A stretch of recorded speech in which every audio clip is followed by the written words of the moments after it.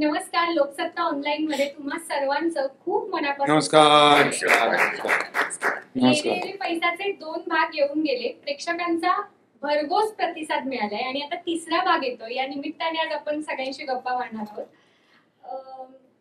Sir, जेव्हा एखाद्या चित्रपटाची फ्रँचायझी येत असते तेव्हा अर्थात खूप दडपण असतं, कारण की 2 सिनेमे येऊन गेलेले आहेत. आता तिसऱ्या भागात काय पाहायला मिळेल याची प्रत्येकाला उत्सुकता असते. तर आपण सिद्धार्थ सर, संजय सर आणि तुम्ही सगळ्या कलाकारांनी सांगा की तुमच्यासाठी हा अनुभव कसा होता. पहिला भाग लोकांना आवडला. मग त्यांनी सांगितले की आम्हाला अजून दुसरा भाग हवा आहे. मग एक जबाबदारी वाटते. दुसरा भाग केला, तोही आवडला. दुसराही आवडला म्हणून तिसऱ्याची डिमांड झाली, म्हणून तिसरा करतो. तर जसं म्हटल्याप्रमाणे की लोकांना आवडतंय, तर आपल्यावर एक दडपण पण येतं आणि जबाबदारी पण येते की 2 आवडल्या तर त्याच्यापेक्षा वेगळं काहीतरी द्यायचंय, अजून आवडणारं द्यायचंय. तर मग सगळी आता जसे कॅरेक्टर तेच आहेत सगळ्या ह्याच्यात, सगळ्यांचा स्वभाव तेच आहे, पण स्टोरी तिन्ही ह्याच्यात वेगळी आहे. त्यामुळे ही जी स्टोरी आहे याच्यात वेगळेपणा काय करायचं, तर संजय जाधवने टेक्निकली पण त्याच्यात खूप वेगवेगळे खेळ केलेले आहेत. ते कदाचित लोकांना आवडतील. आणि व्हिज्युअल्स पण त्यांनी जरा वेगळ्या प्रकारे मांडण्याचा प्रयत्न केलाय. काही चौकटी मोडण्याचा प्रयत्न केलाय, वेगवेगळे अँगल्स त्यांनी वापरलेत. तर मला असं वाटतं की ह्याचं प्रेझेंटेशन तिसऱ्याचं दोन्ही सिनेमांपेक्षा वेगळं आहे आणि ते लोकांना आवडेल असं मला वाटतंय. तिन्ही भागांमध्ये आनंद सर आणि तुम्हाला स्पेशली हा प्रश्न विचारते की अण्णा आणि प्रद्युम्न ही जोडी टिकवून ठेवणं तिन्ही याच्यामध्ये तुमच्या दोघांचा अनुभव काय आहे? त्या व्यक्तिरेखा लोकांपर्यंत खूप छान पोहोचल्या आणि मुळात जसे आम्ही आहोत ना तसेच या सिनेमात पण आहोत आम्ही. मी त्याला त्रास देतो, तो मला त्रास देतो आणि तेच आम्ही पुढे प्रोसीड केलेलं आहे. आणि काय आहे, दोघं साधारण एकाच वेळेस आम्ही करिअर सुरू केलं, म्हणजे एकांकिका स्पर्धा किंवा एक्सपेरिमेंटल. त्यामुळे एकमेकांना आम्ही ओळखत होतो. नंतर मग नाटकाच्या निमित्ताने आम्ही एकाच नाटकात काम केलं, मग मैत्री झाली, मग सिनेमात अजून घट्ट मैत्री होत गेली. त्यामुळे एकमेकांचा रॅपो होता. तो काय करणार, कसं करणार हे मला माहिती आहे, माझी पद्धत त्याला माहिती आहे. त्यामुळे असं कधी होत नाही की असा काय रिॲक्ट होतोय. बरोबर त्याला जे अपेक्षित होतं तसंच मी रिॲक्ट होत होतो, मला अपेक्षित होतं तसाच तो रिॲक्ट होत होता. त्यामुळे काम करणं अतिशय सोपं झालं. एक तर मित्र असल्यामुळे आणि ओळखीचं असल्यामुळे फार इझी होतं काम. इम्प्रोव्हाइज पण खूप होतं. वेगवेगळे सीन्स, त्याचे अँगल्स पण बदलतात इम्प्रोव्हाइज केल्यानंतर. त्यामुळे काम दर्जेदार पण होतं आणि सोपं पण होतं. मला अगदी हेच म्हणायचं आहे.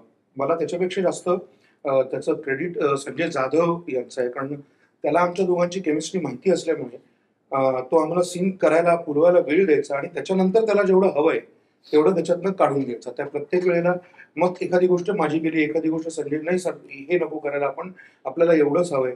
आणि ते मला वाटतं या माध्यमावरचं प्रभुत्व संजय जाधव यांच्याकडे आहे. त्यामुळेच ही कॅरेक्टर्स अण्णा आणि टेण्या ही दोन्ही कॅरेक्टर्स, आणि अर्थातच नुसतं आमच्या दोघांचं नाव घेऊन चालणार नाही, कारण विशाखा ते पण एक महत्वाचं नाव येतं, कारण ती अण्णाची बायको आहे. तर ह्या तिघांची केमिस्ट्री ओळखून पहिल्या भागात, दुसऱ्या भागात काय झालं होतं, त्याच्यानंतर तिसऱ्या भागात त्याच्या पुढचे काय होईल स्टोरी. तर मला असं वाटतं की संजय जाधव यांचं त्या माध्यमावरची जी पकड आहे किंवा जे प्रभुत्व आहे त्याच्यातनंच ती कॅरेक्टर्स फुलत जातात. आणि त्याच पद्धतीने त्यांनी त्याचा वापर केला की किती ठेवायचं आहे, किती कुठल्या वेळेला ठेवायचं आहे. तर त्याच्यामुळे जास्त ती केमिस्ट्री कळते असं प्रत्येकाचं एक त्यांनी एक काय सीमा ठरवलेली आहे की हा इथपर्यंतच करू शकतो, त्याच्या पुढे नाही जाऊ शकत. म्हणजे त्याला काय हवंय ते त्याला माहिती होतं. त्यामुळे कुठेही नाही म्हणजे कॅरेक्टर वाहवत गेली नाही. जिथपर्यंतच करू शकतो म्हणजे एखादा ऍक्टर नाही, ऍक्टर नाही, त्यांचं वागणं वाहवत जाणं ते नाही झालं. आता फ्रँचायझी हा प्रकार सगळीकडे हिंदीत पण एवढाच आहे, पण मराठीमध्ये जे काही गाजलेले फ्रँचायझी आता मराठीत मूळ धरते, पण गाजलेल्यांपैकी येरे येरे पैसा खूप महत्वाचा मानला जातो. तर जेव्हा पहिला भाग केला होता तेव्हा असा काही विचार केला होता का की आपण असं पुढे हे कथानक लिहू शकू की ते नाही, ज्यावेळेला पहिला भाग मी ये रे रे पैसा जेव्हा केला होता त्यावेळेला असं ठरलं की याचे 2-3 आणि आपण पुढे करत राहायचं म्हणून. पण चित्रपटाच्या ये रे रे पैसाच्या यशानंतर लोकांकडनं आलं की तुम्ही याचा दुसरा पार्ट देखील आला पाहिजे. मग संजय जाधव तेव्हा त्यावेळेला काही इतर याच्यामध्ये बिझी होते, मग आम्ही दुसरा भाग केला. त्याच्यानंतर देखील लोकांचं आलं की नाही तुम्ही आता ही फ्रँचायझी तुम्ही कंटिन्यू ठेवा आणि जर तिसरा आला पाहिजे. मग माझं आणि संजय जाधवचं बोलणं झालं की आपण तिसरा करूया आणि आपण जी ये रे रे पैसाची जी मूळ टीम आहे ती अख्खी सेम टीम घेऊन आपण सिनेमा करूया. त्यामुळे तुम्ही बघितलं असेल की ये रे रे पैसामध्ये ज्यांनी छोटा 1-2 सीन केलेत ते देखील या सिनेमामध्ये ये रे रे पैसा 3 मध्ये त्यांनी काम केले. त्यामुळे ये रे रे पैसाच्या वेळेला ठरलं असं काही नव्हतं, पण ते ओघाने आम्ही नंतर विचार केला आणि करत गेलो. पण आता सिनेमात आधीच आम्ही असा विचार करतो की ये रे रे पैसा 4 पण काम चालू करायचं तिचं. फोर्थ पण ठरलं काही नाहीये, पण सलमान खाननेच सलमान खानने अनाऊन्स केलंय की 4 मध्ये मी असणार, मी आहे म्हणून. आणि मीडियाने बातम्या चालू हो, आणि म्हणजे तो कार्यक्रम संपला, स्टेजवरून उतरताना देखील ते मला सांगितलं, भाऊ 4 कन्फर्म हा, असं त्यांनी मला उतरताना देखील सांगितलं. ते म्हणजे 4 आणि असं ठरवून होत नाही. पण नाहीतर मग पहिल्या सिनेमाचं नाव ये रे रे पैसा पार्ट 1 ठेवलं असतं ना. ये रे रे पैसा होतं, मग मागितलं नंतर मग 2 आणि 3 असं केलं. काल नुकतंच गाणं प्रदर्शित झालं, त्याच्यामध्ये ईशानची झलक पाहायला मिळाली आम्हाला. पदार्पण त्याचं मराठी कराविश्वातलं, त्याच्याबद्दल तुमची प्रतिक्रिया काय? मी प्रामाणिकपणे सांगतो, नंतर काय होईल मला त्याच्यावर ट्रोल खूप करतील आणि खूप काही गोष्टी टीका होईल की मुलासाठी केला होता का हा अट्टास वगैरे. पण खरं सांगतो मला हे माहिती पण नव्हतं. संजय जाधवनी त्यांनी क्लासेस केलेत आणि संजय जाधवचं सिलेक्शन आहे. त्यांनी मला सांगितलं की असं असं आहे की त्याला मी हे करू का. म्हटलं तू त्याला विचार आणि त्याच्या आईला विचार. जर का त्याला करायचं असेल एवढं लवकर काम तर तो त्याचा निर्णय आणि त्याच्या आईला विचारतो. माझं काही हे नाही आहे, तू संजय जाधवने ठरवावं. त्यामुळे निर्माता म्हणून माझा मुलगा असायला पाहिजे असं काही नाही आहे. पण तो शिकला आहे, तो आत्ताच परवा फिल्म मेकिंग शिकून आला आहे. त्यामुळे तो शिकलेला आहे आणि तो शिकून त्याला आवड आहे म्हणून तो ते करतोय आणि चांगल्या पद्धतीने करतोय.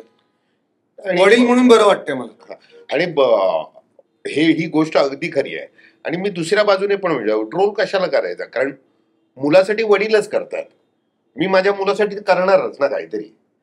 हा लादत नाही ना, असं होतं की तो चांगलं काम करतोय तो करणार आणि बापाचं एक कर्तव्य आहे. त्यामुळे मला काही त्याच्यात वावगं वाटत. त्याला लहानपणापासून आवड आहे, कारण मी या क्षेत्रामध्ये एडिट वगैरे करतो. त्याला लहानपणापासून आवड आहे चित्रपट म्हणजे मनोरंजन क्षेत्रात. नाही पण तो ह्याच्यातनं डेब्यू नाही करत आहे खरं तर. कारण ये रे रे पैसा पार्ट 1 मधला खंडाळा घाट जे गाणं आहे त्याच्यात तो एवढूसा होता. त्याला फक्त आता कदाचित ईशान म्हणून ओळखतात, त्याच्यातही हिंदी बँकच्या चित्रपटामध्ये त्यांनी काम केलं.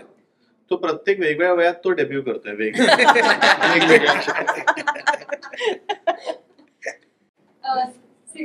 सिद्धार्थ सर, पहिली गोष्ट म्हणजे आता थांबायचं नाही साठी तुमचं खूप खूप कौतुक. थँक्यू. वा वा वा. आम्हाला सगळ्यांनाच ती भूमिका आवडली आणि आता पुन्हा एकदा ये रे रे पैसाकडे वळूयात. या चित्रपटात तुमची भूमिका म्हणजे आम्ही नुकत्याच आता मुलाखती ऐकतो त्याच्यामध्ये तुम्ही बोललात की या तिसऱ्या भागात एक ती भूमिका साकारताना तुम्हाला स्वतःमध्ये संजय जाधव सरांनी तुमच्याकडून एक वेगळा पैलू उलगडला, तो त्याबद्दल ऐकून गेला. थँक्यू. आता थांबायचं नाही कौतुक प्रत्येक कलाकाराला आवडतं आणि आपला सिनेमा जेव्हा लोक त्याच्यावर प्रेम करतात तेव्हा त्या मेहनतीचं आणखीन एक काय म्हणूया त्याचं एक वेगळं कौतुक खूप बरं वाटतं. तर ते तुम्ही एवढं कौतुक आणि थांबायचं नाहीचं कौतुक केलं त्याबद्दल थँक्यू. आणि कलाकार म्हणून खूप बरं वाटतंय, छान वाटतं. आता मी गमतीने म्हणालो पण ऑफ द रेकॉर्ड की या वर्षी सिद्धार्थ जाधव काय ऐकत नाही असं मी बोललो होतो, कारण खूप छान छान कामं येत आहेत आणि ती लोकांना आवडत आहेत. सिनेमे येत आहेत, ते लोकांना आवडणाऱ्या सिनेमाचा भाग होतो याचा आनंद आहे. पण ये रे रे पैसा माझ्यासाठी ही सगळी सुरुवात जी झाली आहे ती ये रे रे पैसाने झाली होती. मी खूप इंटरव्ह्यूमध्ये बोललोय की जेव्हा काम नव्हतं काय नव्हतं तेव्हा ये रे रे पैसा पहिला सिनेमा होता जो अमय खोपकर दादांनी मला आणि संजय सरांनी मला मिळून दिला होता आणि छान भूमिका दिली होती आणि तो संधी पण लोकांना खूप आवडला होता. मी उमेश दा किंवा तेजश्री पंडित, संजू दादा आम्ही सगळे एकत्र तेव्हा पहिल्यांदा काम करत होतो. सो ये रे पैसाने तो एक आत्मविश्वास दिला, जो आता ये रे पैसा 3 पर्यंत येतोय. ये रे पैसा 1 मधला सन्नी हा टाग्या होता, तो तिकीट ब्लॅकर होता, तो बिनधास्त होता.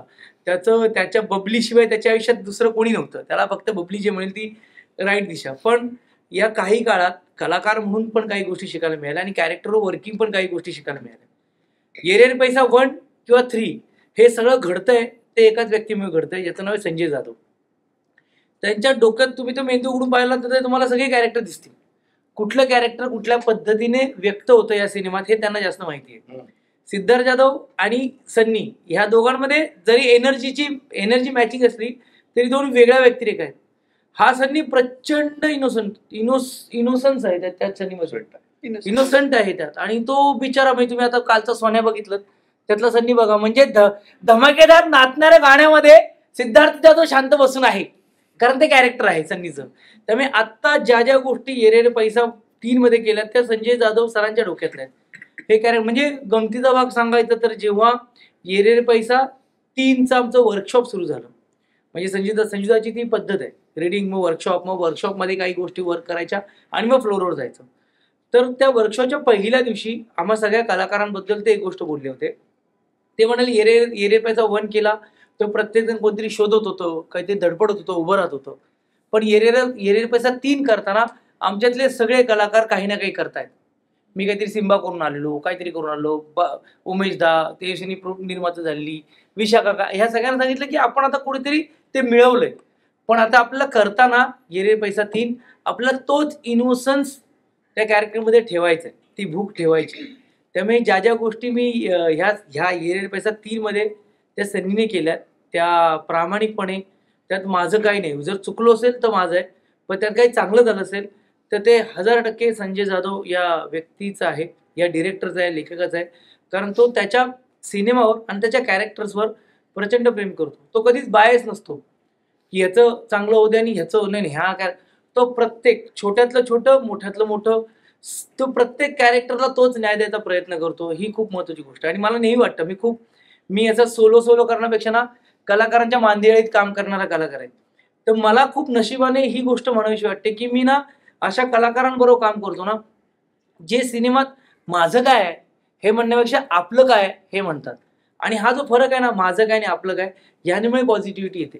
माझं चांगलं व्हायला पाहिजे असं नाही, म्हणजे आपलं छान व्हायला पाहिजे. म्हणजे हे काहीतरी संजय सर काहीतरी एक लाईन सांगतात आणि निळे सांगतात, ती रिॲक्शन चांगली आहे. हे दोघं तर माझ्या बरोबर ह्या प्रवासात मला माझे पार्टनर पण आहेत, सहकारी पण आहेत. ही गोष्ट अशी कर, ती गोष्ट अशी कर. तर माझं कॅरेक्टर चांगलं होण्यासाठी मी मेहनत करण्यापेक्षा हे लोक करत असतात. आणि तीच मराठी सिनेमाची खरी ताकद आहे. त्याचे पकडून आपल्या लोकांना घेऊन काम करतात. आणि म्हणूनच कदाचित आता थांबायचं कौतुक पण आपल्यामुळे झालेलं आहे. आणि सेम ये रे पैसा 3चं पण हे सगळे मातब्बर कलाकार माझं कॅरेक्टर फुलवण्यासाठी संजय जाधव बरोबर मला मदत करत होते. त्यामुळे ते आपला सिनेमा आहे, माझा सिनेमा नाही. उमेश आणि तेजस्वी, तुम्हाला दोघांना पण हाच प्रश्न आहे, कारण तुमच्या तिघांची जी केमिस्ट्री होती, तिघांच्या व्यक्तिरेखा वेगळ्या होत्या, पण तिघांची पहिल्या चित्रपटातली केमिस्ट्री होती ती खूप लहानांपासून मोठ्यांपर्यंत सगळ्यांना आवडली होती, ती एन्जॉय केली होती त्यांनी. आणि आता पुन्हा तुम्ही तिघं एकत्र दिसणार, तर ते एक जे असतं ना पहिला पिक्चर आणि आता तुमच्या तिघांचा अनुभव का, तुम्ही दोघं आता आमच्यातलं लहान मूल जागा होतं, 8 वर्षांनी जागा झालंय असं मी म्हणेन. ये रे पैसा 1च्या निमित्ताने मी ह्या सगळ्यांबरोबर पहिल्यांदा काम करत होतो चित्रपटामध्ये. आनंद बरोबर मी केलं होतं, पण तेजस्वी बरोबर, सिद्धार्थ बरोबर, संजय सरांबरोबर चित्रपटामध्ये मी पहिल्यांदा एकत्र काम करत होतो इतक्या मोठ्या स्केलवरती. सो पहिल्यांदा नर्वसनेस जास्त होता, किंवा कारण हे बादशाह आहेत सगळे कॉमेडीचे, म्हणजे टायमिंगचे बादशाह आहेत. सो त्यांच्याबरोबर आपल्याला उभं राहायचं या भीतीनेच मी आधी जरा थोडा नर्वस होतो. पण जेव्हा जसं सिद्धू म्हणाला तसं संजय दादाची स्टाईल आहे की जरी विनोदी सिनेमा म्हणजे तो सोपा सिनेमा असा नसतो, तो जास्त कठीण सिनेमा असतो. आणि त्यात त्याची जी स्क्रीन प्ले त्याचा जो असतो चित्रपटाचा, हा अजून कठीण असतो. नॉन लिनियर पद्धतीने तो असं सरळ सोड तुम्हाला कुठली गोष्ट सांगत नाही. सो आणि निर्माते असे असल्यानंतर तुम्हाला पाठबळ असतं, तर चांगलं काहीतरी मोठ्या स्केलवरती ग्रँजरवरती सगळं असणार आहे. सो सुरुवातीच्या वर्कशॉपमध्ये ना त्याला हे संजय दादांनी ते ओळखलं होतं की हे वेगवेगळ्या ठिकाणावरून आलेले वेगवेगळी लोक आहेत, त्यांना आपल्याला एका प्लॅटफॉर्मवर आणायचं आहे. तर त्याच्यासाठी काय केलं पाहिजे, तर त्यासाठी वर्कशॉप आपण करूया एकत्र. आधी आपण सगळे मिक्स होऊया, कॅरेक्टरवरती काम करूया. तरी फक्त सिनेमाचं रीडिंग म्हणजे जनरली आधी काय होतं, स्क्रिप्टची रिडिंग्स होतात आणि पण इथे त्याच्याही पल्याड जाऊन त्यांनी अक्षरशः आमचं योगाचं सेशन घेतलं होतं सगळ्यांचं मिळून, डान्स एक सेशन घेतलं होतं ये रे रे पैसा 1च्या वेळेला. सो त्या निमित्ताने कुठेतरी कधी आमची एकमेकांमध्ये इन्व्हॉल्वमेंट तयार झाली, आम्ही कधी एकत्र आलो हे आम्हालाच कळलं नाही.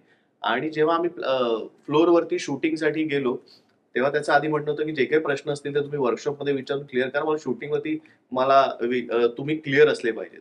तरी त्याची फिल्म म्हटल्यानंतर प्रश्न पडतातच, पण तो तितक्याच प्रेमाने आणि तितक्याच इंटेन्सिटीने तुम्हाला जे प्रश्न पडलेले असतात त्याची उत्तरही देतो.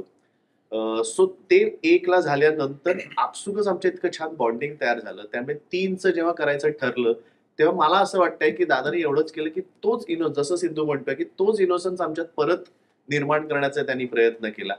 आणि माझ्या मते ना आम्ही इतके एक्साइटेड होतो 3 करण्यासाठी की ते ना आम्ही त्याच्यात गेलो. आम्हाला माहिती होती की आम्हाला फक्त सरेंडर करायचं आहे, तू म्हणशील त्या पद्धतीने करायचं आहे. या सिनेमात माझे आणि संजय सरांचे जास्त सीन्स आहेत एकत्र, त्यामुळे मला ती एक वेगळीच मजा आली. म्हणजे माझे ना सगळी काय म्हणतात आपले पंचेंद्रिय जे उघडे असतात ना सगळे असे ओपन होते. बघणं, ऐकणं, रिॲक्ट करणं, इतकी मजा आली. त्यामुळे म्हणजे खरंच हे 3 आहे तर प्रत्येक गोष्टी 3पट आहे, मनोरंजन 3पट आहे. आधी आणि कसं फक्त एक ही फ्रँचायझी असल्यामुळे ना त्याचे रिसेम्बलन्स असले पाहिजे, त्यामुळे ती कॅरेक्टरची नावं सेम आहेत, पण ज्या सिच्युएशन्स तयार होत आहेत त्या वेगळ्या तयार होत आहेत. आणि अजून जसं तू अगदी करेक्ट म्हणाली, म्हणजे मला हे माहित नव्हतं. जेव्हा मी सिनेमा केल्यानंतर ना माझ्या एका मित्राचा एक 7 वर्षाचा वगैरे मुलगा होता, तो इतकं वेड्यासारखा ये रे रे पैसाचा तो देता हुना वगैरे ते सीन बघून त्याने मला व्हिडिओ पाठवला होता. तेव्हा मला कळलं की ह्या पिढीपासून सगळेजणच ये रे रे पैसा 1 बघता आहेत. सो त्यामुळे ना त्याचा एक कॉन्फिडन्स घेऊन आम्ही कुठेतरी 3चं शूटिंग चालू केलं. आणि माझ्या मते आम्ही स्वतःलाच लहान केलं, आम्ही आमची मजा केली. आणि सेटवरचं वातावरण इतकं धमाल असतं आणि इतकी मजा असते. खरंच मला असं वाटतं की ह्या टीम बरोबर काम करणं तेव्हा असा फील येतो की आपण सिनेमाचं खरंच शूटिंग करतो. लहानपणापासून आपण जे मोठ्या पडद्यावर पाहिलेलं असतं ना ग्लॅमर किंवा ज्या पद्धतीने टेक्निकली शूट केली जाते फिल्म, हे सगळं माझ्या मते ह्या फ्रँचायझीमध्ये करायला मिळतं. त्यामुळे प्रचंड आनंद होतो. आय थिंक सगळ्यांनी सगळंच सांगितलेलं आहे. माझा पण अनुभव तोच आहे चित्रपट करताना. आम्ही जेव्हा या चित्रपटासाठी येतो ना तेव्हा कम्प्लिटली क्लीन स्लेट होऊन येतो आणि तेच कदाचित आमच्यासाठी सगळ्यांसाठी वर्क करतं की तुम्ही किती कामं करून आलेला आहात याच्यापूर्वी, तुम्ही किती बिझी आहात, तुम्ही किती मोठे आहात, हे या सेटवरती कधीच होत नाही. आणि मुळात ज्या सेटवरती काम वाटत नाही, ज्या सेटवरती म्हणजे काम करताना तुम्हाला रिअलाइजच होत नाही की सकाळी बाबा तुम्ही 8 वाजता येता आणि रात्री 10-10:30ला घरी जाता आणि नंतर सुखाची झोप लागणं जे म्हणतो, तर ते खरं तर या चित्रपटाच्या शूटिंगच्या वेळेला होत असतं आणि आम्ही एकत्र मिळून ते करत असतो. कधीच म्हणजे इनफॅक्ट 1च्या वेळेला तरी आम्ही त्यातल्या त्यात जसं सिद्धू म्हणाला की आम्ही कमी बिझी होतो, पण 3च्या वेळेला खूप वेळेला असं होतं की आनंददादाचा प्रयोग आहे, संजय सरांचा प्रयोग आहे, उमेशचा प्रयोग आहे, ह्याचं शूटिंग चालू होतं, माझं वेगळ्या चित्रपटाचं चालू होतं, पण तरी सुद्धा ते सगळं मॅनेज करणं हे जे काय संजय जाधवनी जमवलेलं आहे त्याला खरंच म्हणजे कोपऱ्यापासून नमस्कार आहे.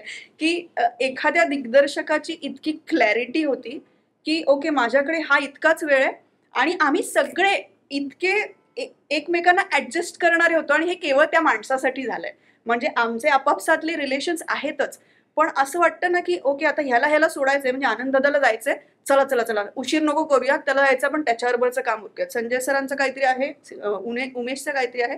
तर आम्ही इतके आय थिंक ते पार्ट 1 पासूनच जी केमिस्ट्री आमची आपापसात जुळली होती त्याच्यामुळेच आम्हाला कधी असं वाटलं नाही की आपण कोणा एकासाठी काहीतरी करतोय, आपण आपल्यासाठीच करतोय आणि आपलाच भाग आहेत हे समजूनच आम्ही सगळे चित्रपटाचं शूटिंग करत होतो. आणि आय थिंक जे तुमचं पडद्याच्या मागे होतं ना तेच तुमचं पडद्यावरती पण रिफ्लेक्ट होतं. सो या चित्रपटाच्या बाबतीत तेच झालेलं आहे की पडद्यावरती जी धमाल तुम्ही बघता आहात ती केवळ आमच्या आपापसातल्या केमिस्ट्रीमुळे आणि not just the actors with the director with the producer. म्हणजे या सेटवरती खाण्याची चंगळ असते, त्याची काळजी नसते आम्हाला. रोज सोड्याची खिचडीच येते, मेसेज येतो आज सोड्याची खिचडी आहे यायचं आणि मग एक माणूस रुसतो. तर त्यामुळे खाण्याची चंगळ असते. जसं मी म्हटलं, जसं काम इतकं सॅटिस्फॅक्शननी झालेलं असतं की झोप छान लागते. बरं, तुम्ही या चित्रपटाचा भाग आहात, संजय जाधवचा सिनेमाचा भाग आहात म्हटल्यानंतर तुम्ही कसे दिसणार आहात याची तुम्हाला काळजी नसते. टेक्निकली ही फिल्म काय असणार आहे याची तुम्हाला काळजी नसते. म्हणजे प्रत्येक डिपार्टमेंटची सगळे टॉप रेटेड जे लोक टेक्निशियन्स आहेत ते तुम्हाला अवेलेबल होणार असतात आणि त्यांच्या जोडीने तुम्ही काम करत असता. म्हणून असं वाटतं की नाही, कधी त्याचा फोन आला संजय जाधवचा की आमच्यातलं कोणीच त्याला नाही म्हणू शकत नाही. सो ही ताकद खरं तर त्या माणसाची आहे, ती संजय जाधवची जादू आहे आणि त्याच्या कन्व्हिक्शन्स आहे हे सगळं. म्हणजे श्रेय त्याला आहे खरं तर सगळ्यात. छोटस ऍड करेन की कोणी नाही म्हणू शकत नाही पेक्षा कधी फोन येईल ह्याची वाट बघितली जाते.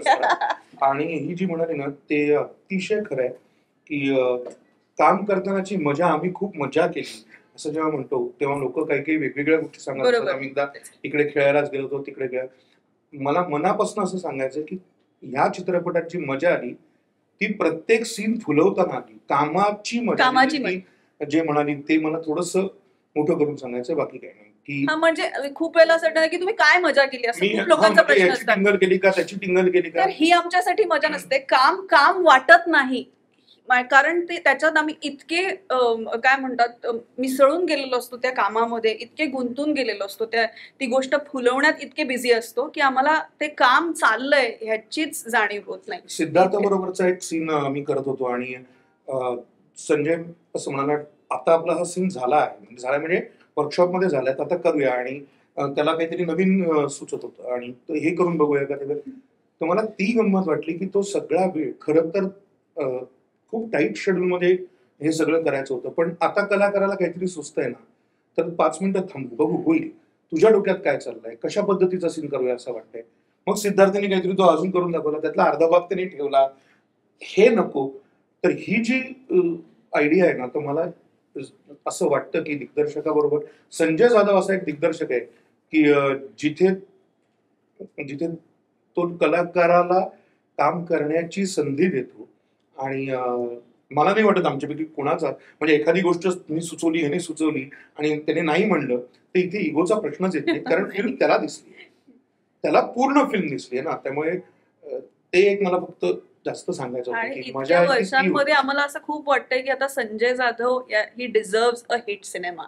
आणि 18 तारखेला त्याचा वाढदिवस पण आहे, म्हणजे 18 जुलैलाच त्याचा वाढदिवस आहे, त्या दिवशीच सिनेमा रिलीज होणार आहे. तर आम्हाला असं वाटतंय की आम्ही सुद्धा आणि प्रेक्षकांनी सुद्धा त्याला चित्रपट हिट करून एक छान गिफ्ट द्यावं. त्या कलाकृतीचं यशच म्हणायला पाहिजे. म्हणजे मला एवढी खात्री मी सांगू शकते की जशी अनाउन्समेंट झाली आहे त्याच्यानंतर लोकांनी पहिले पार्ट शोधून बघितले, आम्ही पण बघितले. म्हणजे त्यांनी फक्त नाही, आय थिंक प्रेक्षकांनी नाही, आम्ही पण ये रे पैसा पार्ट 1, 2 असे आम्ही बघतो आहोत, कारण आम्हालाच इतकी मजा येते हे सगळं करण्यामध्ये आणि ते रिलिव्ह करावं असं वाटत होतं.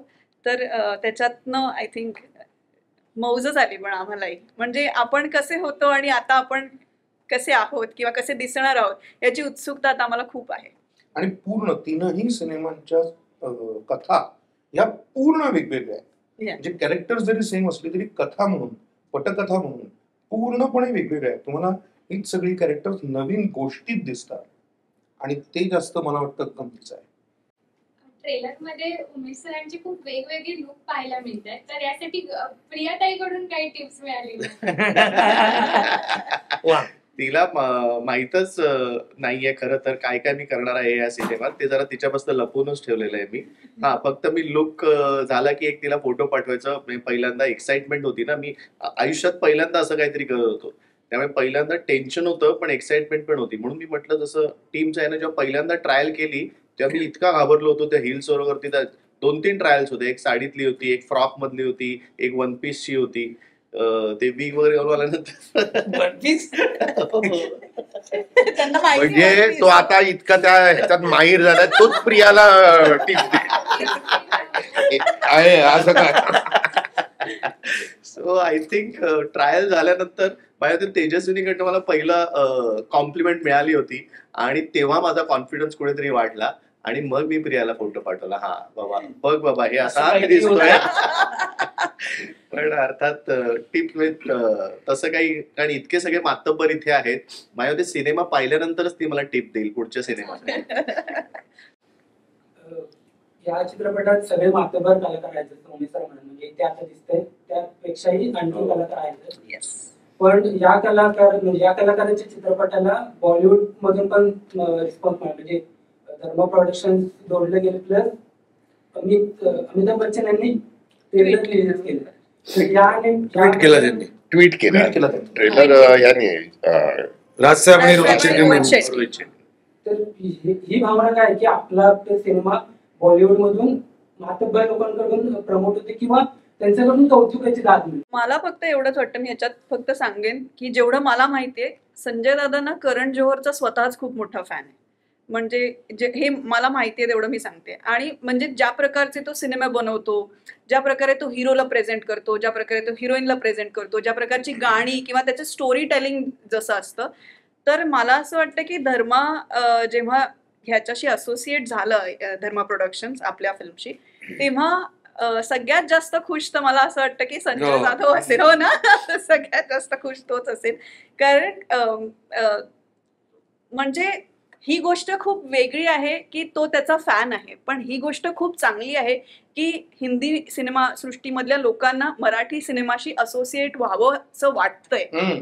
तर ही खूप मोठी गोष्ट आहे, चांगली गोष्ट आहे. आणि आपली कलाकृती जर लोकांपर्यंत, मोठ्या मोठ्या लोकांपर्यंत पोहोचत असेल तर त्याचा आनंद पण आपल्याला होतो की ती आधी मराठी इंडस्ट्री तिथपर्यंत पोहोचत नव्हती. आज त्यांचेच सिनेमे संपूर्ण हे होत होते, पण आता त्यांच्यापर्यंत पोहोचतोय, त्यांना ट्विट करावं असं वाटतं, त्यांना प्रेझेंट करावं असं वाटतं. ही मराठी इंडस्ट्रीसाठी आणि मराठी लोकांसाठी चांगली गोष्ट आहे. आणि त्याचं बऱ्यापैकी श्रेय आमचा प्रोड्युसर निनाद दत्तींना पण देतो. मी तुम्हाला खरं सांगतो, धर्मा प्रोडक्शननी यावं या चित्रपटासाठी, यासाठी विशेष प्रयत्न निनाद दत्तींनी केले. म्हणजे त्यांना गोष्ट ऐकवली, त्यांना ती आवडली आणि आवडल्याच्या नंतर तो फॉलोअप घेऊन त्यांना, म्हणजे हा धर्मा प्रोडक्शनचा पहिला मराठी सिनेमा ते जे करतायत आणि त्यांना आवडलेलं आहे. संजय जाधवचं काय त्याचं काम करण्याची पद्धत आहे त्यांना माहिती आहे, कसा सिनेमा असणार आहे. संजय जाधवने त्यांना ऐकवला सिनेमा, त्यामुळे धर्मा प्रोडक्शन येणं ऑन बोर्ड याचं पूर्ण श्रेय मी निनाद दत्तींना देतो. म्हणजे याला जोडून मुद्दाम तोच प्रश्न विचारायचा होता की मुळात अशा पद्धतीने मराठी सिनेमाशी हिंदीचाही एक कनेक्ट असावा, तर ह्याच्यासाठी निर्माते म्हणून काही वेगळ्या पद्धतीने विचार करावासा का वाटला स्पेसिफिकली, आणि कशा पद्धतीने ते प्रयत्न सुरू आहेत आणि तेवढा रिस्पॉन्स त्यांच्याकडनं जो मिळतोय तो, हे मला वाटतं गेल्या काही वर्षातलं मराठी चित्रपटांचं यश आहे, आपल्या कलाकारांचंही आणि दिग्दर्शक. तो धर्माला खूप वर्षापासून मराठीत यायचं होतं आणि त्यांची टीम सतत संपर्कात होती की काहीतरी करूया, चांगलं करूया. सो 3 जेव्हा आला आणि त्यांच्या टीमला 1चं माहिती होतं, 2चं बिझनेस माहिती होता आणि 3चं जेव्हा सगळं त्यांना सांगितलं, सो दे वर व्हेरी इम्प्रेस्ड आणि ते एकदमच त्यांना एक्साइटमेंट वाढली त्यांची. आणि मग करण सरांबरोबर आमची मीटिंग झाली, अपूर्व सरांबरोबर झाली आणि मग त्यांनी त्याला ग्रीन लाईट केलं की करूया. आणि आता अनेक अशी कितीतरी अजून प्रोडक्शन होते त्यांना बघून ते एक्सायटेड असते हिंदीवाले की त्यांना सुद्धा आता यायचं आहे. लवकरच काही अनाउन्समेंट अजून येतील, सांगू लवकरच. आमच्याच म्हणजे एव्हीके पिक्चर्सच्या हिंदीच्या अशा अनेक दिग्गज प्रोडक्शन आहेत, त्यांच्याबरोबर आम्ही एकत्र मिळून आम्ही अनेक प्रोजेक्ट करणार मराठीत. आणि दुसरा अजून एक महत्वाचा प्रश्न की म्हणजे गेल्या काही वर्षांमध्ये OTTचे जे मेन प्लॅटफॉर्म्स आहेत तिथे मराठी चित्रपट येणं हा एक अवघड हे होतं. म्हणजे OTT वरती ते प्रेक्षकांपर्यंत पोहोचणं, तर जो मराठी चित्रपट हिट होतो तो आपोआप प्राईमला किंवा मोठ्या याला दिसतो, पण अदरवाईज मराठी चित्रपट अजूनही नवरा माझा नवसाचा सिनेमा गेलेला नाही आहे. होतेच. म्हणजे आपण कसं आहे, स्वतःचीच पाठ आपण थोपटून घेतोय, पण खरं तर मला माहिती नाही मी हे बोलायला पाहिजे का नाही, पण मी हा विषय नक्की घेईन. पण आता नाही घेणार, तर लोकांना वाटायचं की मी माझ्या चित्रपटासाठी करतोय, पण हा मी विषय नक्की घेईन की या OTT वाल्यांना भाग पडेल की त्यांनी मराठी चित्रपट घ्यावेत. की तुम्हाला जर का महाराष्ट्रामध्ये तुम्ही काम करताय तर मराठी चित्रपट तुम्हाला घ्यावे लागतील.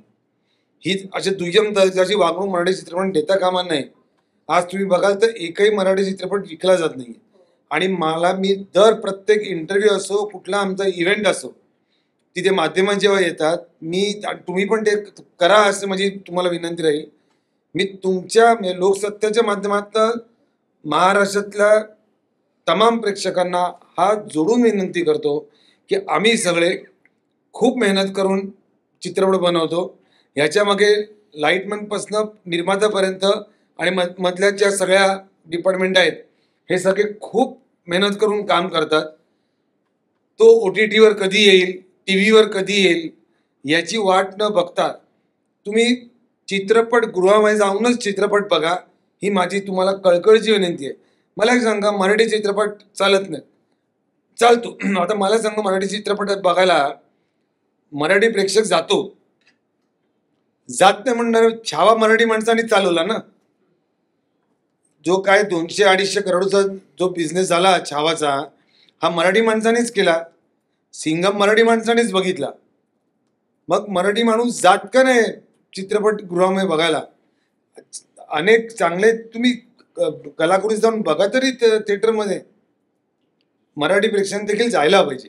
नाही, आणि आता त्याची एक मला असं वाटतं की त्याची एक चांगली बाजू किंवा उजवी बाजू अशी दिसायला लागली की आत्ताच तुम्ही म्हणाला तसं की सिद्धार्थचा सिनेमा असेल, मला आपण गुलकंद म्हणालो, जारड म्हणालो की अशा पद्धतीचं. आणि मला अगदी मनापासून असं वाटतं की इतके वेगवेगळ्या विषयावरचे चित्रपट दुसऱ्या कुठल्याही भाषेमध्ये प्रदर्शित होत असतील का नाही मला माहीत नाही, पण मराठीमध्ये तुम्हाला तुमच्या चॉईसचे, तुम्हाला नुसताच कॉमेडी हवी आहे का, फॅमकाम हवी आहे का, किंवा याच्यासारखा चित्रपट थांबायचं नाही हवा आहे का, एवढे प्रचंड विषय एका वर्षामध्ये मराठी चित्रपटामध्ये मांडले जातात.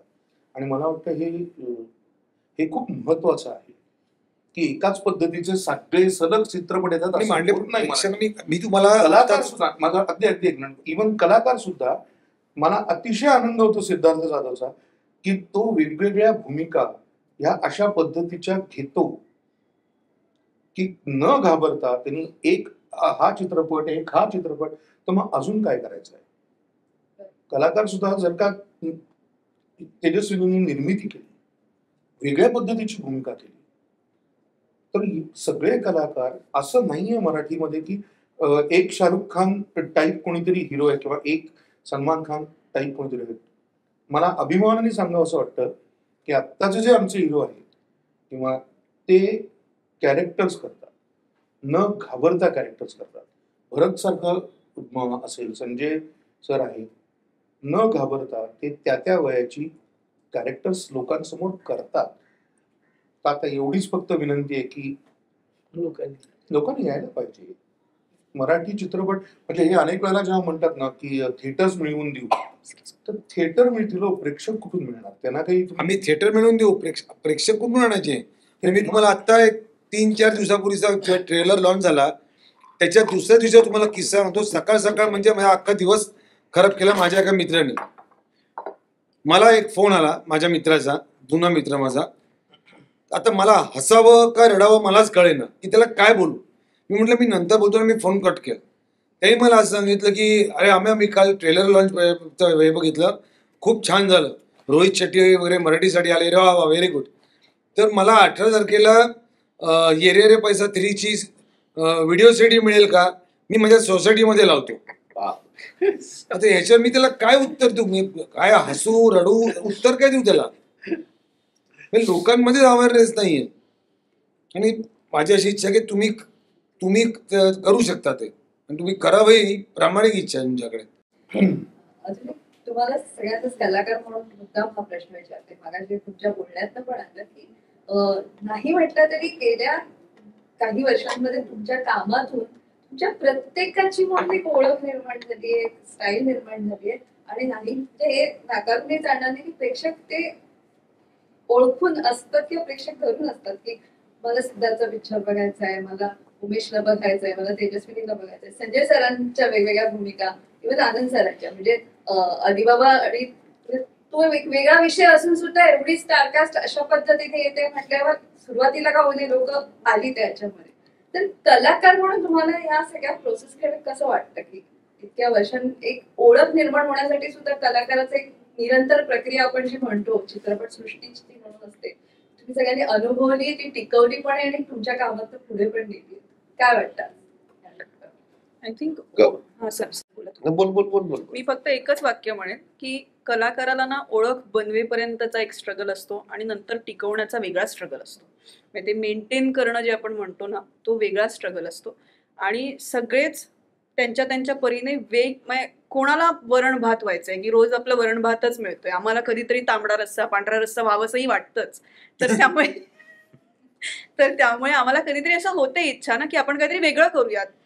पण खूप वेळेला एक्सपेरिमेंट करायला आम्हीही घाबरतो, कारण आपलं एक्सपेरिमेंट प्रेक्षक कसे बघणार आहेत ह्याची आम्हाला खात्री नसल्यामुळे खूप वेळेला आम्ही पण असं होतं की अरे हे करू की हे आहे खूप चॅलेंजिंग, हे आहे खूप छान, ह्याचं वेगळीच स्टोरी आहे, वेगळीच मांडणी आहे, पण वेगळे पण लोकांना हवंय की नको इथपासून आमची आत्ता सुरुवात आहे. म्हणजे आम्ही अजूनही चाचपडत आहोत त्या बाबतीत. तरी त्यातल्या त्यात जसं आनंददादा म्हणाला की त्यातल्या त्यात सगळे आपापल्या परीने नक्कीच प्रयत्न करतायत की त्यातही आम्ही काय वेगळं देऊ शकतो. त्यातही स्टोरीमध्ये वेगळेपण असू शकतं, कॅरेक्टरमध्ये वेगळेपण असू शकतं. म्हणजे वैयक्तिक माझ्या बाबतीत सांगायचं झालं तर मी बबली हे कॅरेक्टर सोडलं तर याच्या आधी काढून बघितला माझा अख्खा ग्राफ, तर ज्या ज्या भूमिका केल्यात त्या मी सगळ्या वेगवेगळ्या केल्यात. मी कधीच रिपीट नाही केलं की हे झालं की हे परत नाही करायचं, ते झालं ते परत नाही करायचं. हे जाणीवपूर्वक केलेलं आहे. आता बबली ही फ्रँचायझी आहे म्हणून मी ते करते. म्हणजे ते पार्ट 4-5 मध्ये पण त्यांनी जर का केला तर मला अगदी आवडेल त्याच्यामध्ये बबलीच व्हायला. सर तू म्हणाले की प्रत्येकाची स्टाईल, मुळात आधी प्रत्येक कलाकार म्हणजे मी माझ्याबद्दल सांगतो की मला माझी ओळख निर्माण करायची होती म्हणून मी या क्षेत्रात आलो. आणि प्रत्येक कलाकाराला हवं असतं की मला लोकांनी ओळखावं, मला माझ्यावर प्रेम करावं. त्यासाठी हे सगळे प्रयत्न असतात, हे सगळं मेहनत असते. आणि नंतर ती ओळख टिकवणं हे प्रेक्षकांचं असतं. कारण मी काम करत जातो, आता मी जास्तीत जास्त चांगलं काम करण्याचा प्रयत्न करणार, ते लोकांना आवडलं तरच ते माझ्यावर प्रेम करणार. आणि मग ते प्रेम का करतात, तर माझं काम करण्याची पद्धत त्यांना आवडते, मग ती स्टाईल होते तुमची. ते मी ठरवून ती स्टाईल करत नाही, माझं बोलण्याची पद्धत तशी असेल, माझं टायमिंग तसं असेल, माझं हातवारे तसे असतील, जे त्या कॅरेक्टर प्रमाणे थोडेफार बदलतात पण त्या कॅरेक्टर प्रमाणे जातात आणि ते लोकांना आवडतात. आणि मग लोक म्हणतात हा ही ह्याची स्टाईल आहे. ती स्टाईल ते सांगतात. मनापासून असं आपण ठरवत नाही की ह्या स्टाईलनेच मी काम करणार, म्हणजे मी शाहरुख खान सारखा हात करणार. ती त्याची स्टाईल आहे, तर ती स्टाईल लोक ठरवतात. सो मला असं वाटतं की आम्ही मराठी कलाकार एका दृष्टीने खूप सुदैवी आहोत. आणि मला खरंच तू म्हणालीस बरं वाटलं एका अर्थाने. मी अजून त्या पायरीपर्यंत आलोय असं मला वाटत नाही प्रामाणिकपणे. आम्ही मराठी कलाकार सुदैवी आहोत की खरंच मराठी प्रेक्षक खूप सुजाण आहे, चांगला आहे आणि जेन्युअनली आमच्यावरती प्रेम करतो. दुसरी गोष्ट आम्ही सुदैवी आहोत कारण मराठीच कलाकार मराठी इंडस्ट्रीत असे आहेत की जे सगळ्या माध्यमांमध्ये कामं करतात. नाटक असू दे, टेलिव्हिजन असू दे, फिल्म असू दे, OTT मध्ये असू दे, हे कलाकार सगळ्या माध्यमांमध्ये काम करतात आणि तेवढ्याच ताकदीने प्रत्येक माध्यमांचा वापर करतात. पण तरी सुद्धा मला असं वाटतं की अजून चित्रपटांना म्हणजे जे असतं ना की ऍडव्हान्स मध्ये हाऊसफुल होणं, की ह्याचा चित्रपट येतोय म्हटल्यानंतर ऍडव्हान्स मध्ये हाऊसफुल, माझ्या मते आपण अजून त्याच्यावरती मेहनत घ्यायला हवी आहे असं मला प्रामाणिकपणे वाटतं.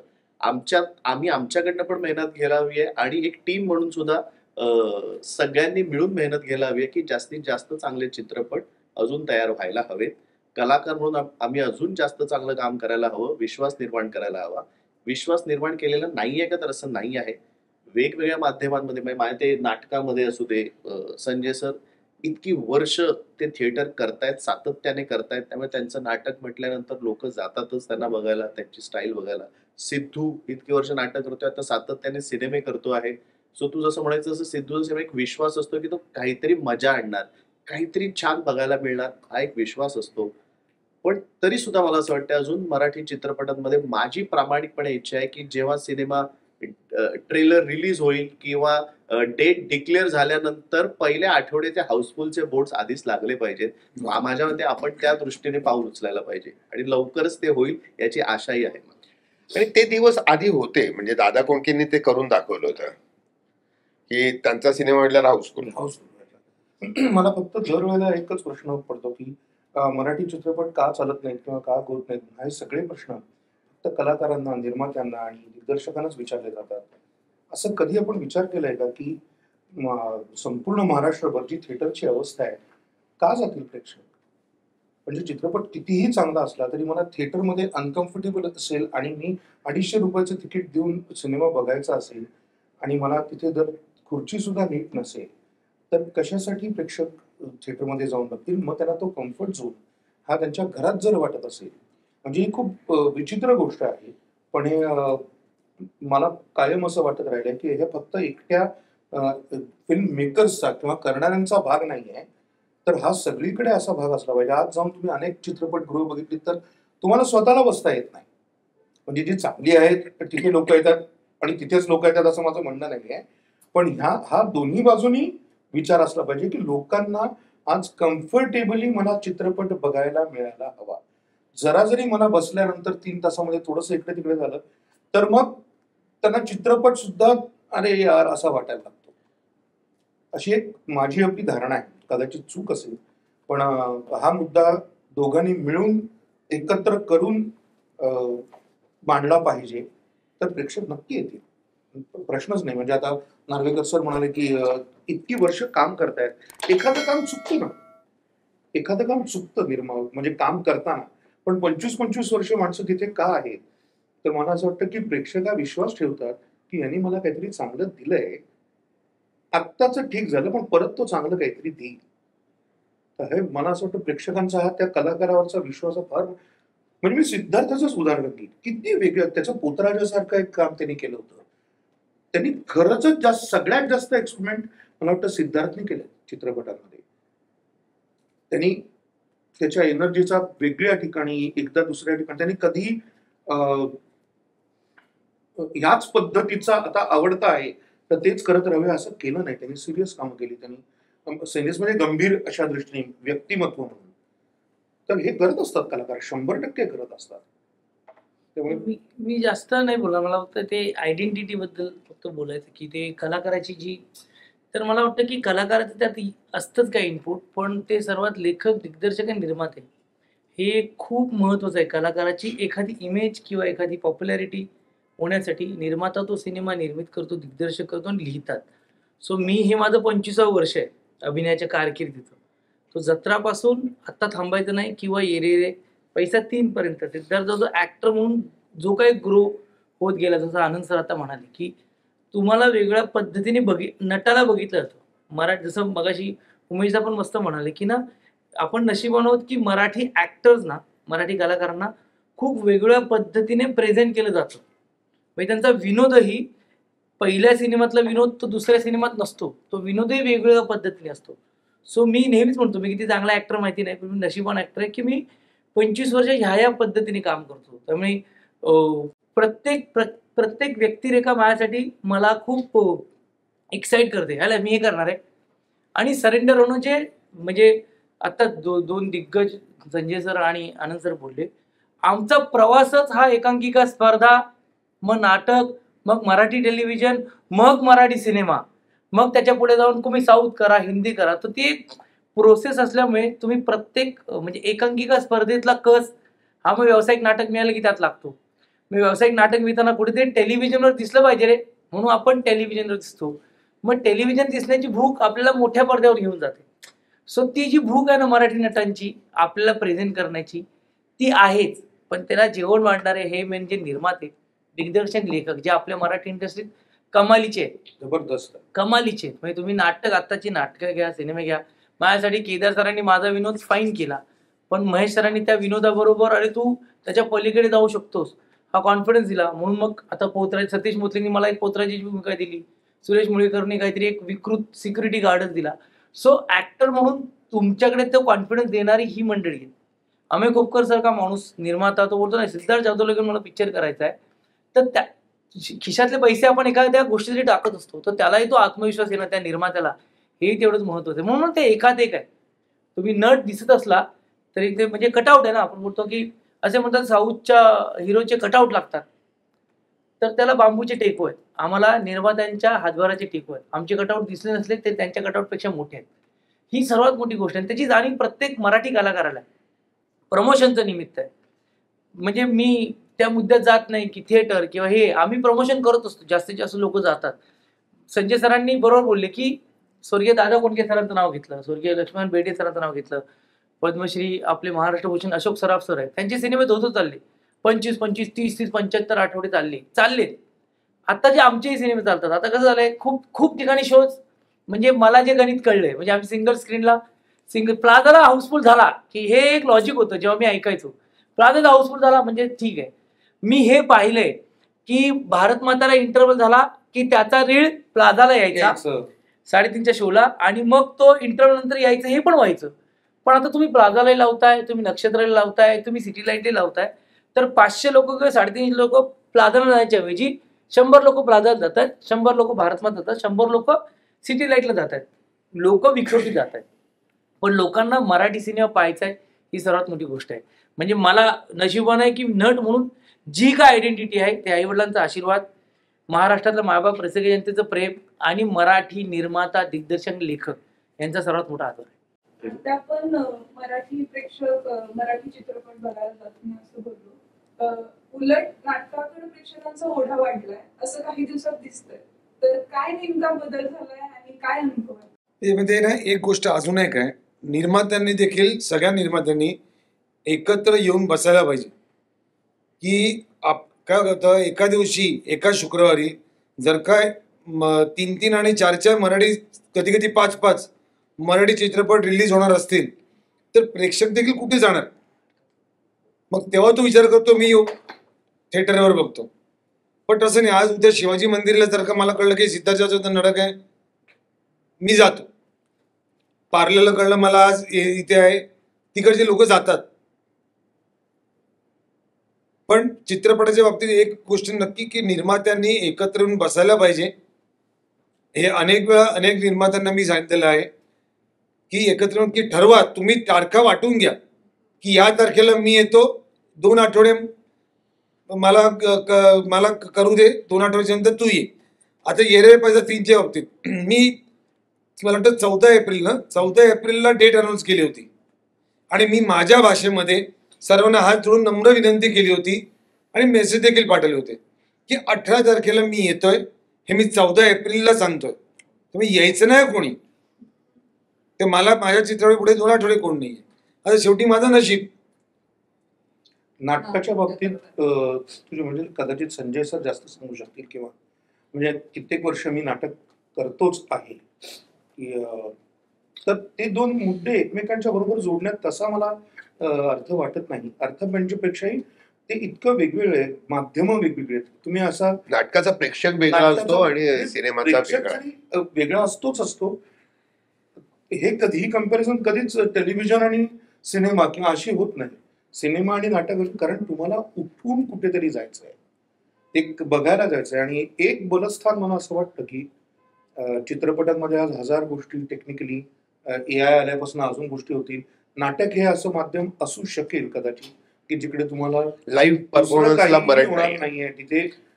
तिथे तुम्हाला कुणाची प्रतिकृती तयार केलेलं काही दिसणार नाहीये.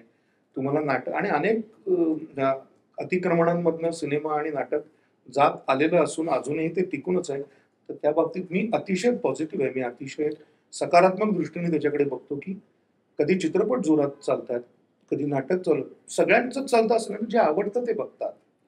त्यामुळे मला असं वाटतं, सॉरी नाही मला हेच सांगायचं. माझा अनुभव असा आहे, मला असं वाटतं म्हणजे खूपच चांगला, आता सध्या नाटकांना खूपच चांगली गर्दी होते. म्हणजे थोड्या गेल्या वर्षी काही वर्षांपूर्वी आपण म्हटलं तर दरवर्षी 30 ते 35 नाटकं येतात आणि त्यातली 3 ते 4 नाटकं चालत होती. नाही असं नाही, तेव्हाही चालत नव्हती. कुठलं जसं थिएटरला येतच नव्हतं तसं कधीच झालं. 3 ते 4 नाटकं चालत होती. आता सध्या जे तुम्ही म्हणतायत की 10 ते 12 नाटकं तुफान चालू आहेत आणि हाऊसफुलचे बोर्ड्स लागत आहेत. मला सगळ्यात महत्वाचं त्याचं एक कारण वाटतं की ना, आपण तोपर्यंत म्हणत होतो काही वर्षांपूर्वीपर्यंत की जसं आता हे म्हणून मराठी नाटकाचा एक ठरलेला ऑडियन्स आहे, म्हणजे 35 ते 40 वयोगटाच्या वरचा हा मराठी नाटकाचा ऑडियन्स. पण आता माझा अनुभव असा आहे की तरुण ऑडियन्स नाटकाला येतो आहे. मग त्याच्यासाठी प्रमोशन्स पण बदललेली आहेत. आता इन्स्टावरती प्रमोशन्स होतात, काहीतरी रील हिट होतं, मग लोकांमध्ये उत्सुकता निर्माण होते. ती एक गोष्ट आहे.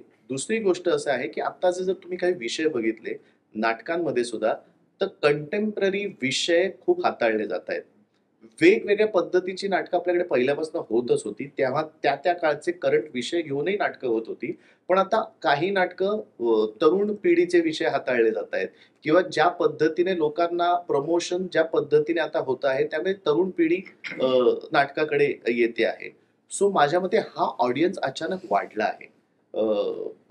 त्यामुळे मला असं वाटतं त्यामुळे सुद्धा प्रेक्षकांची संख्या वाढली, आणि ही खूप चांगली गोष्ट. म्हणजे मला आठवते दादा एक गुड न्यूज हे नाटक करत होतो तेव्हा आम्ही हे ठरवून हिट करत होतो की आपल्याकडे तरुण ऑडियन्स येण्यासाठी आपल्याला काय करायला पाहिजे, त्यांना नाटकाकडे येण्यासाठी आपण काय स्ट्रॅटेजीज केल्या पाहिजेत.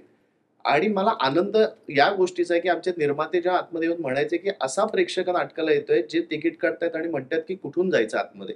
म्हणजे ज्यांना पहिल्यांदा थिएटरमध्ये मराठी नाटक बघायला आलेत, आम्हाला मागे येऊन थिएटरमध्ये आम्ही जेव्हा भेटतो प्रेक्षकांना तेव्हा खूप म्हणजे एखाद दुसऱ्या प्रयोगाला आणि प्रत्येक प्रयोगाला जेवढी लोक येतात त्यातली समजा जर 100 लोक भेटत असतील तर त्यातली 25 लोक आम्हाला हे सांगतायत, गेले काही प्रयोग मी अनुभवतोय दादा गुड न्यूज पासनं, की आम्ही आयुष्यात पहिल्यांदा मराठी नाटक पाहिलं आणि आता आम्हाला मराठी नाटक पाहायला आवडेल. आम्हाला हे माहीतच नव्हतं, आम्ही पाहतच नव्हतो.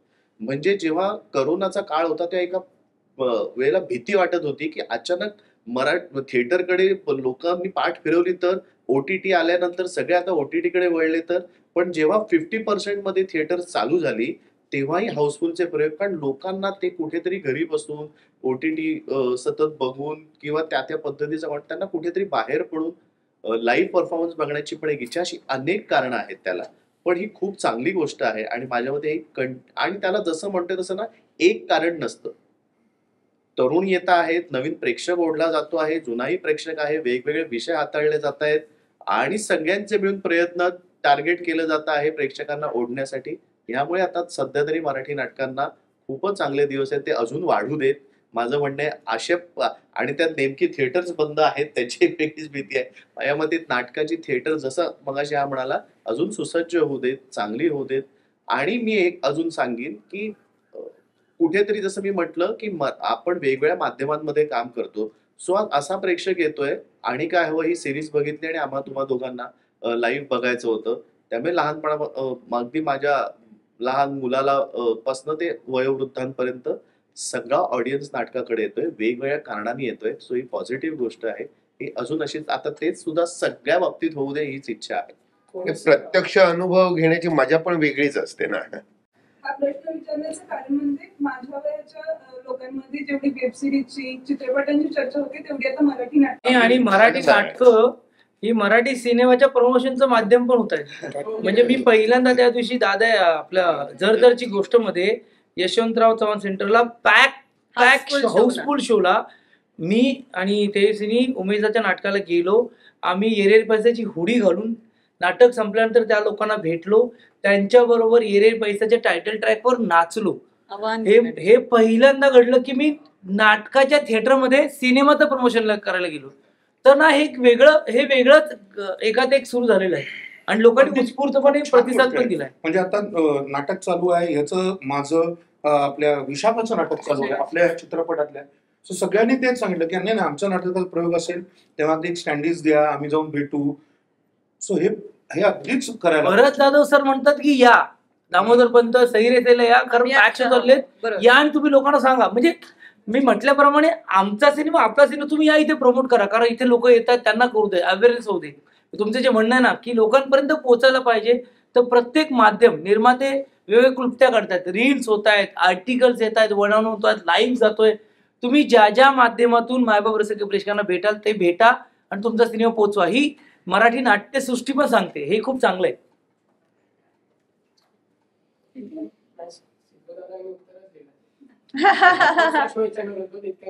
मी तुला तर माहिती आहे ना. आपल्या सगळ्यांच्या गप्पा अशाच सुरू राहतील, पण तुम्हाला चित्रपटासाठी खूप साऱ्या शुभेच्छा आमच्या सगळ्या टीम कडून. थँक्यू. ट्रेलरमध्ये असा एक डायलॉग आहे की 100 कोटींचा बोर्ड माझ्या नावावर कधी लागला नाही, तो या सिनेमाच्या सगळ्यांची इच्छा आहे. थँक्यू सो मच तुम्ही इथे आला. किती छान. थँक्यू. थँक्यू.